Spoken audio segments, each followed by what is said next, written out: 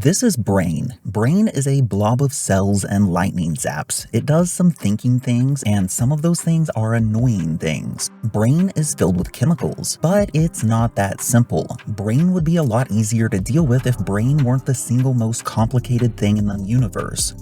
Dopamine can make you feel good or bad. A drug that affects the brain one way in most people can produce paradoxical reactions in other people, having the complete opposite effect. Anti-seizure medication that makes seizures worse, or stimulants that put people to sleep. The kindling model, aka neurons that fire together wire together, lets brain do really cool things, like if you've never had a seizure before, then you have one, brain can say, hey, cool trick, I know how to do that now. I might just keep doing that forever. Brain is a dick. Brain makes you want something. Brain won't shut up about how everything will be perfect and wonderful if only you had that something. Brain brings that something to life, then brain says, that kind of sucks. I don't want it. Let's go home. Brain throws 100 people telling you how great you are straight in the garbage can and builds a golden Parthenon to immortalize one person who kind of rolled their eyes at something you said that one time. Doing absolutely nothing stressful or remarkable? Now would be a great time for a panic attack. Get tired of this happening? That's why God made bars.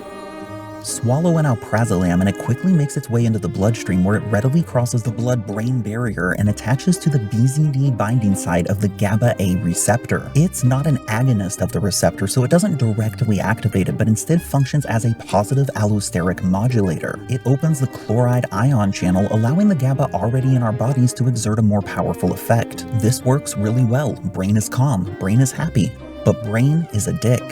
After a while, brain says, seems like there's a bit more GABA than I was going for. Someone must have messed with the dial. So brain adjusts for this by taking GABA receptors out back and giving them the old Yeller treatment until it's happy with the new equilibrium. Congratulations, you just became addicted to drugs. Take away the magic calm bars, and since there aren't as many GABA receptors, you're worse off than you were before. Your brain goes full Karen, neurotransmission explodes out of control, and if all goes well, you just have a really bad week while things sort themselves out. And if it goes not so well, you have anxiety followed by panic, followed by sleeplessness, followed by seizures, followed by a nice relaxing nap that lasts forever. Brain is us, but also brain isn't really us. In a big way, we are our own individual selves trapped in the worst imaginable roommate from hell situation, where brain is shoved right up against us in the tiny cramped bedroom that is our skull. Let me play an annoying song on loop. No, brain, please don't. Fuck. Hey, you know that thing you're working on? It's not gonna work out. Why do you keep going on? It would be so easy to slip into the comfort of darkness, to let wave after wave of eternal peace carry you farther and farther. Jesus Christ, brain, here, have an SSRI and try not to be such a dick. Nope, does nothing for me.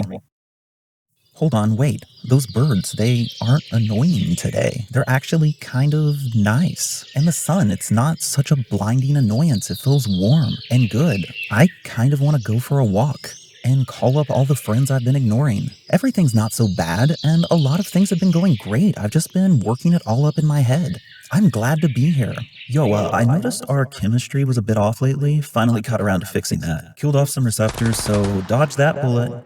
Hey, have you noticed how ugly you are? Sometimes brain needs a hard reset by being slapped around so hard it doesn't know where it's landed. Enter psychedelics, specifically serotonergic hallucinogens like psilocybin, shrooms, LSD, SID, and mescaline, Peyote Ugly. We kind of know how these work on one level and have no earthly idea how they work on another. But all of these have affinity for 5-HT receptors, 5-hydroxytryptamine. Specifically, the 5-HT2A receptor seems really important if you want to trip balls. Medications that block this receptor are used as antipsychotics, so it makes sense that activating it might let you get a bit psychotic in a fun, dude, I can taste purple sort of way. Or in a not fun, I think maybe I already died and maybe I'm currently in hell and maybe I can hear the essence of horror echoing from the void itself telling me that I am unlovable.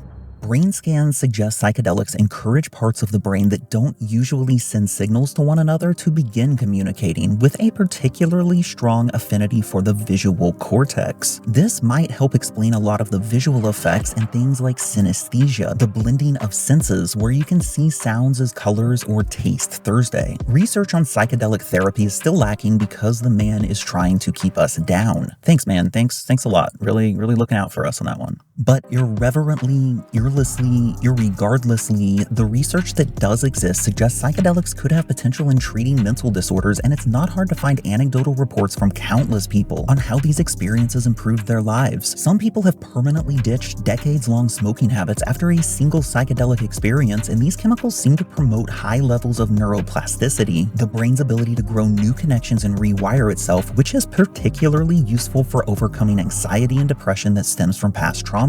Usually we forget that Brain is a dumb caveman that we just happen to share an apartment with, which is why meditation can be so valuable. It gives us a chance to kick back and just observe Brain doing its immature, irrational, hyperactive nonsense, all the while remembering that we are us and Brain is Brain, and we shouldn't listen to Brain too often since Brain can be a little unhinged and toxic. After a while, Brain may even get bored of doing its routine all alone and decide to hibernate for a bit.